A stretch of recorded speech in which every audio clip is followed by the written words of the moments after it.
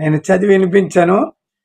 అన్ని వరాలు అందరిలో ఉండవండి. కొంతమందికి వాక్యము, కొంతమందికి జ్ఞానము, కొంతమందికి ఆత్మ ద్వారా స్వస్థతలు, విశ్వాసం వరము, బుద్ధిగల వాక్యము, మరి అటే భాషలో వరము అందరికీ రావక్కర్లేదు. ఆయనకు ఉన్నది నీకు లేదని నువ్వు జలస్ ఫీల్ అవ్వకు. దేవుడు ఎవరికి ఏది నచ్చితే అది ఇస్తాడు. మరి దేవుడు మహిమ పడుతున్నారా లేదని చూసుకోవాలా. ఆత్మ ఒక్కటే వరాలు అనేకం ఉన్నాయి. దేవుడి సేవ నడుస్తుందా లేదా. కొంతమందికి కేవలం వాక్యం బోధించే వరమే ఉంటుంది. రంజిత్ ఓఫీర్ గారు చెప్పారు ఆయన మాటల్లో, నేను కేవలం వాక్యం బోధిస్తాను, నా మినవులు యేసుప్రభు నమ్ముకుంటారు, లేకపోతే లేదు.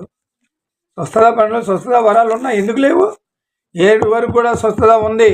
దెయ్యాలు వెళ్ళగొట్టే వరము ఉంది. ఆశ్చర్య అద్భుత క్రియలు చేసే వరము ఉంది.